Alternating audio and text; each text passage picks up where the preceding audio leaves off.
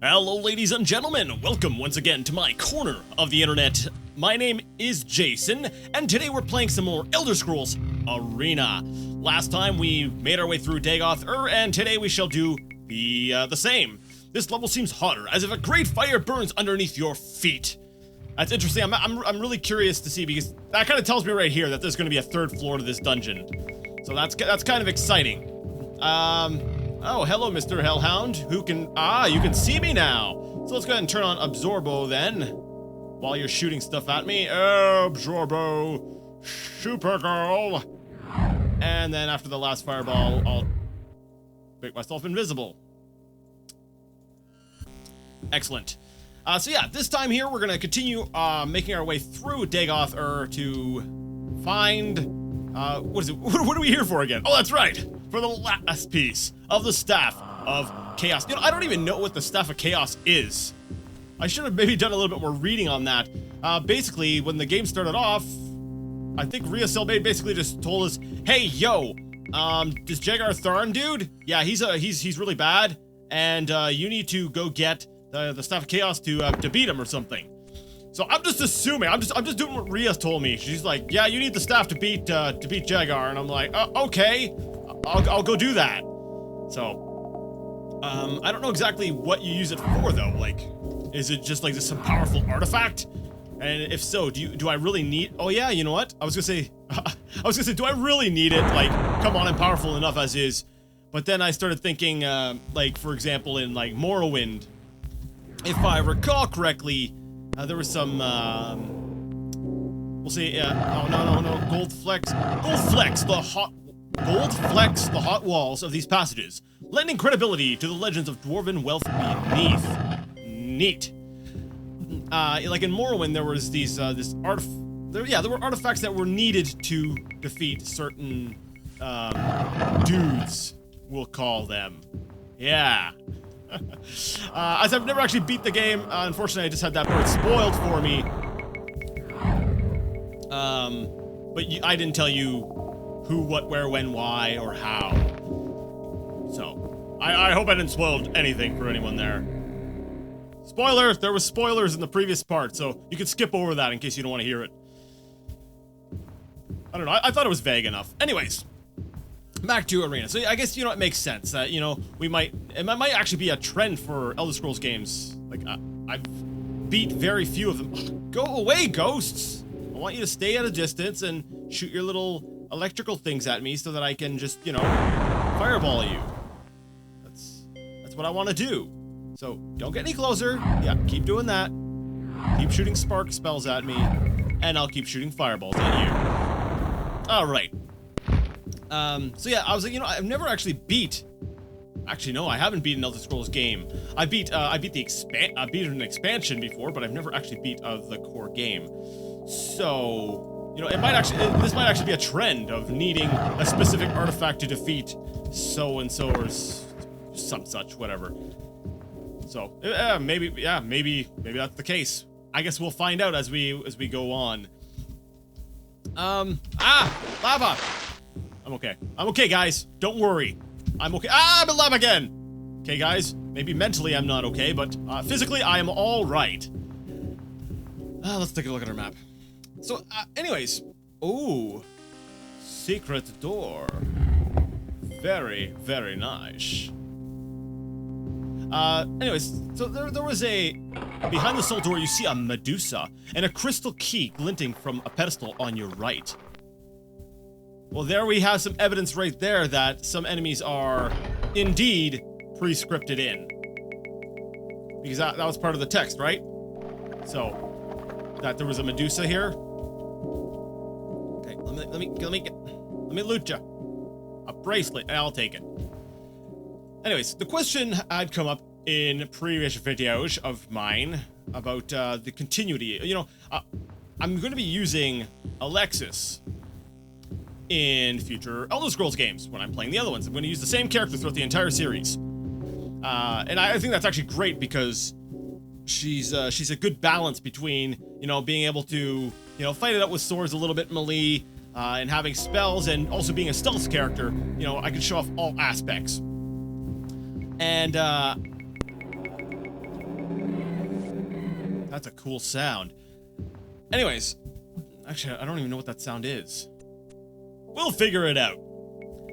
And I had talked a little bit before about what I would do, and I think since we're getting kind of close to the end, I'm going to start tossing out the ideas I have.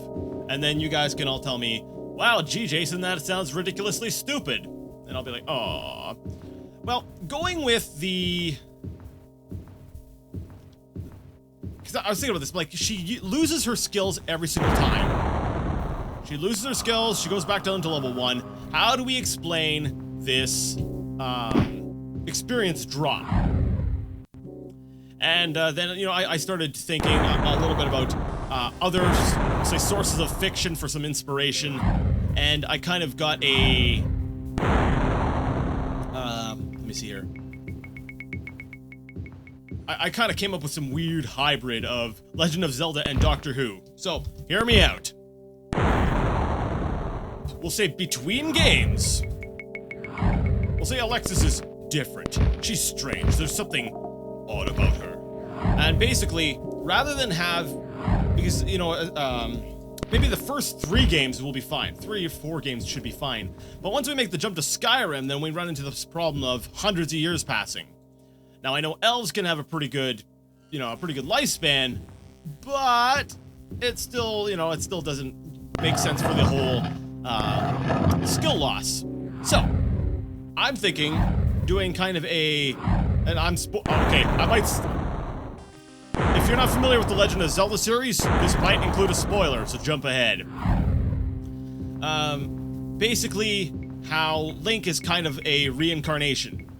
Because in every Zelda game, it's a different Link, but yet it's still at the core the same Link in a way. How it's like, you know, it's his spirit basically keeps, you know, coming back whenever it's needed kind of thing. And I was thinking, well, maybe something like that, but yeah. And then the only reason Doctor Who came in, because I was playing around with the idea of, well, you know how he regenerates. So when he dies, he basically gets a new body kind of thing. And I was like, well, what if Alexis, rather than regenerating a whole new body, keeps the same body, but her mind regenerates? So basically she loses all memory of who she is, but she's still her. So it's the same person, but in essence, she's resetting herself whenever something happens. So maybe between each game, there's a fatal event, which causes her to lose, we'll say, her identity of who she is, and I don't know, something like that. Those are my 2 ideas. And with the whole reincarnation thing, if you guys are familiar with some of the later Elder Scrolls games, wink wink, you know which one I'm talking about, it could actually work out and play along with the in-game lore using, you know, reincarnation and stuff. I don't know. You guys let me know what you think of that idea, because I'm like, yeah. I'm like that, yeah. Yeah.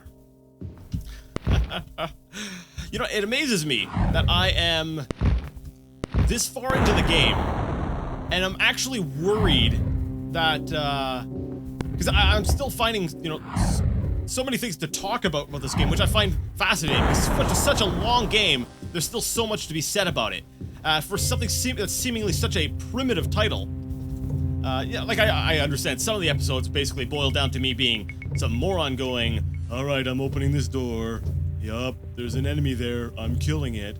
And, you know, sometimes I did run out of things to say, but I'm always finding new things to say eventually. Like, given enough time, I'll observe something, I'm like, wait a second. That's an interesting talking point, let's talk about that. And, you know, and then I go ahead and I start talking about that. So, getting so close to the end of the game, I'm actually getting a little bit, you know, a little bit concerned that I'll beat the game and still have stuff I want to talk about. So I think maybe it's a good thing that I've decided to maybe continue playing it a little bit and add those little appendix videos to the end of the playlist sort of thing, end of the series. That way if there is anything that I still want to discuss about this wonderful title, you know, the discussion can continue. It doesn't end when the credits roll.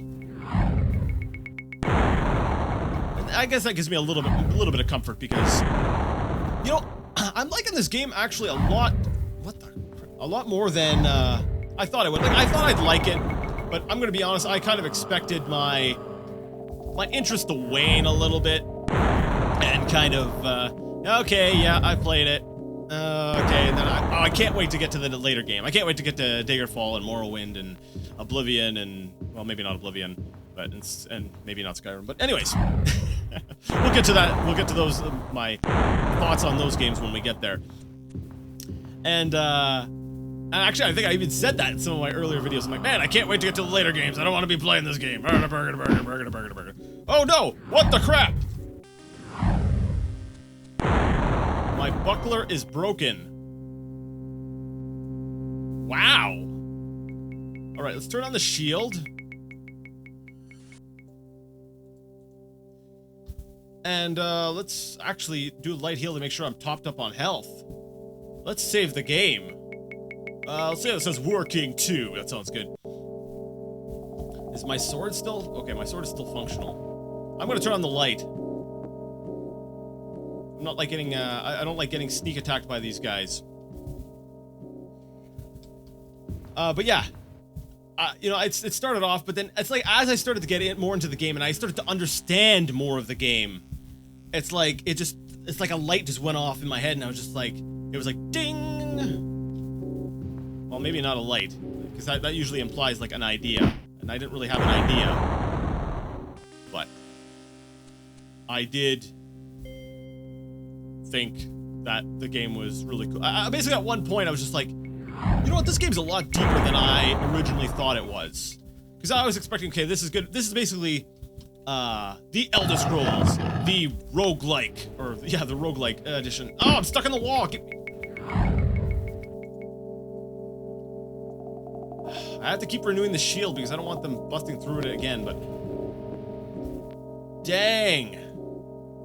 My equipment is just getting torn to shreds. After this, I'm definitely going to need to make a nice stop in town and re-equip, re-gear, and all, you know, basically get some new stuff.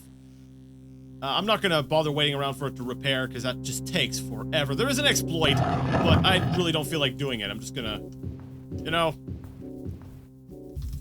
go buy some new gear. It's not like I'm exactly using the most enchanted and rare stuff, and the stuff that I am using that's kind of rare and cool, like, you know, for example, my Saber of Endurance.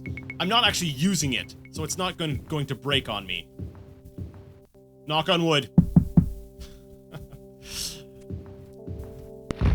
Because I don't think weapons gain damage when you take hits.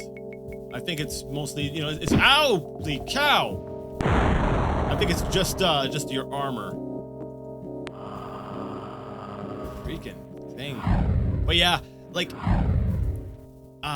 so after playing this far into the game, I can honestly say, straight-faced, yeah, straight, completely honestly, that I'm really glad I picked up the Anthology, even though I owned, because let me think about this, I technically, actually, you know what, I got myself a few games out of that. Let me see, I had, no, that's right, I had Morrowind, like 3 copies of it already. I had, I had 1 copy of Oblivion, and that was really it. I had borrowed someone else's Skyrim a little bit when it first came out, just to try it. But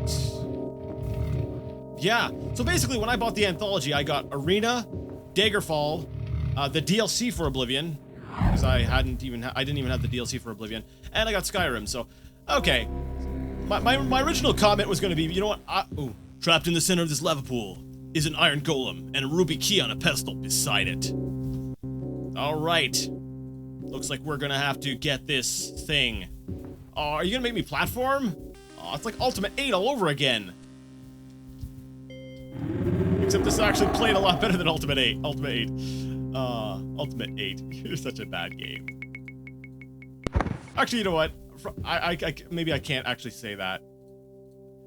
Like, I played it a bit, but I suppose I didn't play it enough to really get that solid opinion, a good opinion of it. You know, just like Arena, I didn't know that it would be this good until I actually got quite a bit into the game. But But yeah, what I was originally going to say was that, you know, even for just arena, I think, oh crap, get me out of here, get me out of here. Crap, get me out of here! Wow! That was close. That was very close. That was like super close. Where was I? Yes, even for just arena, I think the anthology was worth it. It's, I've gotten a lot of playtime out of it. I see myself playing it again, you know, playing it some more. So, yeah, even though I bought my anthology, I don't even know if it's gone on sale or if the price has dropped yet, but I bought mine for like 80 bucks, $80, $90. But, you know, when you consider everything I got for it, yeah, it was definitely a good deal. But, you know what, like I said, I would have gladly have paid that for basically just Arena and Daggerfall. Well, Arena. I haven't played enough of Daggerfall to actually be able to say that truthfully. Let's see, Gold Flex and stuff. Yes, we already know about that, so we'll just continue moving on. Hey, Hellhound, how you doing? It's getting a little bit dry. I'm gonna need to take a water break shortly. Let's see, we need to go downward. Oh, yeah, one correction. Because I believe in a previous video I was talking about the agents and how they had speed and that determined... Okay, I think we have to go through that door. Oh, there's a set of stairs leading up? Wait, is that the way I came in? No, are you serious? Oh, and I have a feeling directly ahead of me. This here is a door I need to use one of the keys on. To pass the first portal, thou must find the ruby key. You open the door with the ruby key. Awesome. To pass the second portal, thou must find the sapphire key. I don't have the sapphire key, do I? Can I just pilfer? Failure. Alright, well, we have a magically sealed lock. You know what? I don't feel like going looking for that last key, so let's go ahead and break out Steve! Wow. Alright. And I'll use my key on the last door. I used the crystal key. Oh, there's a fourth door! This lock looks difficult. And I picked it. I just picked it. No spell. Alright! To pass the final portal, thou must find the diamond key. A magically held lock. And I picked it. I pilfered! Yes! Alexis can pick... Whoa, what the crap? So does that really mean that the skeleton's key is really... needed? You know what? Okay. No, I'm gonna say the skeleton's key still has a purpose because there was a chance I could have failed at picking that lock. And if I would have failed, then I'm pretty sure it would have said failure each time afterwards. So at least with the skeleton's key, it's a guaranteed open each time.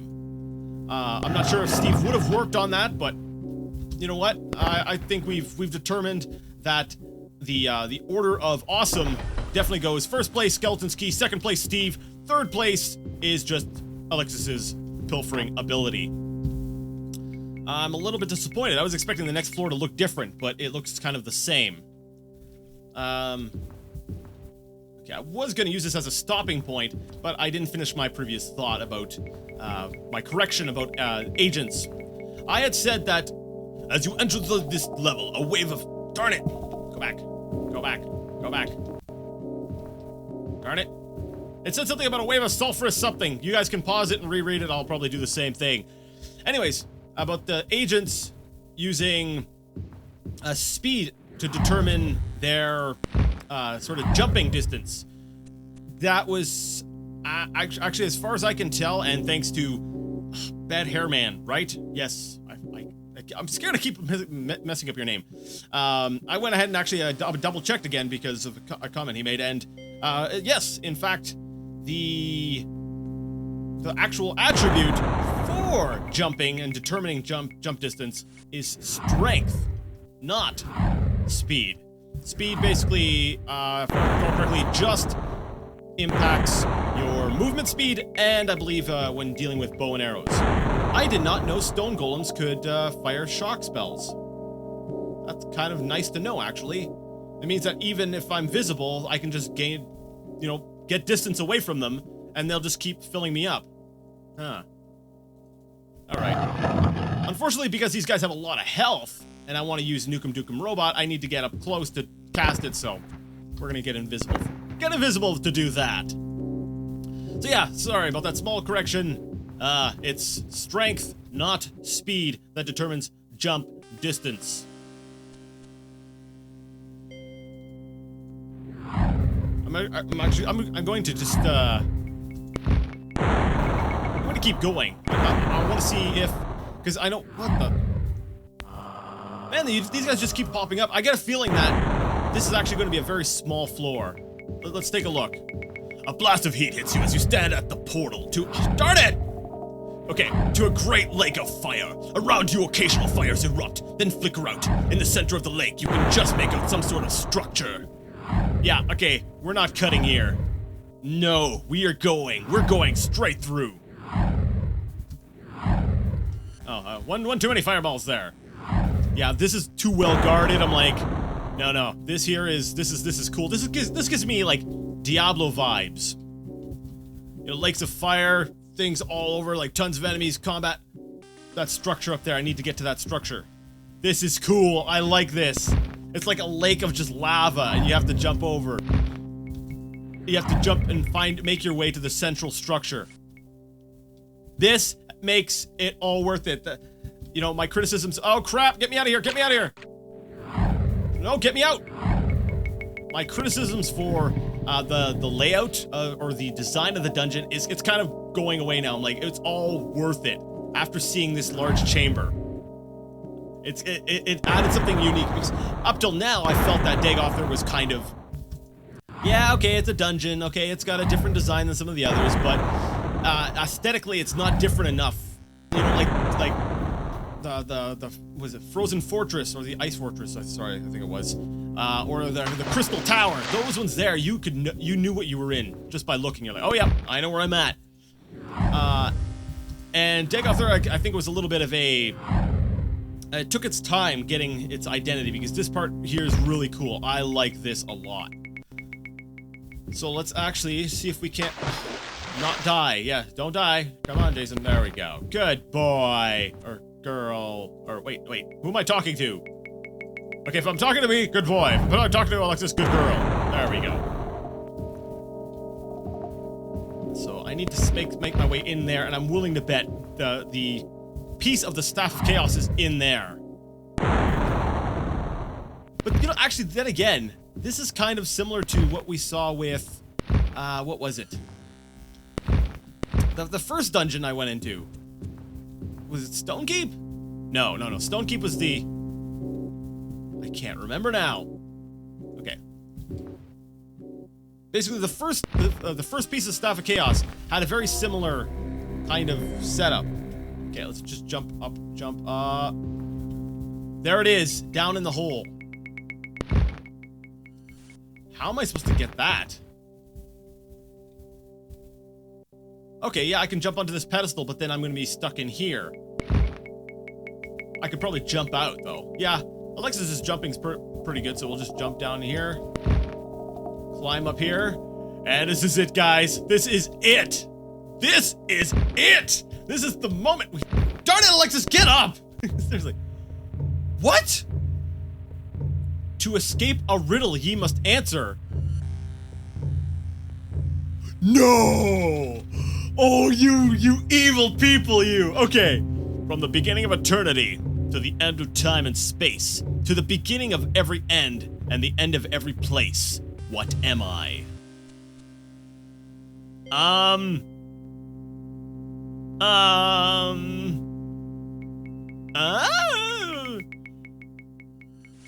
I have no idea. I really don't know. To escape a riddle must ye answer. From the beginning of eternity to the end of time and space. Okay. Yeah, we're going for a double feature here. Double the length. Twice the arena. To escape a riddle ye must answer. From the beginning of eternity to the end of time and space, to the beginning of every end and the end of every place. I don't know.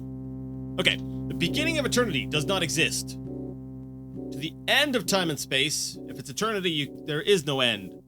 To the beginning of every end, and the end of every place? Nothing? I don't know. Nothing. We'll try nothing. That's a typical answer. Let's see what happens. Wrong, mortal Dagoth will enjoy your company over the millennia. You realize with despair that the only way out is to answer the question correctly. Really? Well, let me try. Let me see. Let me take the piece. You have found the last piece of the Staff of Chaos. As though a living thing, it flies to complete the staff. The whole burns brightly with cold fire, and you can feel the strength of this conduit as though it were your own strength. Alright, and apparently they're telling me that I can never escape. And judging by the types of blocks, these cannot be pass-walled through. That means that it's probably right. I better not save. Do not save, Jason. Do not save. Do not save. Don't save. Don't save. Okay, I'm not saving. Let's see. Pass wall. Failure. Failure. Failure. Failure. Failure? Failure. Failure. Failure. Failure. Failure. Failure. Failure. Failure. Failure. Alright. So we can't use pass wall to get out. I am really curious to see if I can get out of this. Jump! Nope. No way. There's no way I can get out of here, eh? Wait a minute. Okay, so I still have the opportunity to answer the question. So it's not a dead end. That's good. I like that. Let's actually try something. Where is it? Pass wall. Oh, don't tell me someone told me to get rid of it and I got... No, it's right there. Earth wall.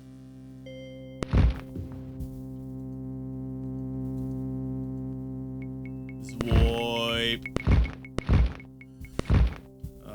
Swipe. Go away. I'm trying to create a wall to jump over. Nope. I am stuck in here. I need to solve this riddle. What about levitate? Can I levitate my way out? What if I levitate and jump? Can I jump? I can't jump while levitating. Oh, come on, give me a break. Really? Yep, I guess I'm, gonna have to figure out the riddle. Well, anyways, we got the last piece of the Staff of Chaos. And, what we'll probably do is next time, we will get out of here, make our way back to town, do all of the stuff we need to do, and then get prepared, get ready for the final challenge to crush Jagar Tharn. Yeah, that sounds good. But I would like to, yeah, let's try that again. Thank you so much for joining me, everybody, and until next time, I would like to ask you all to game on.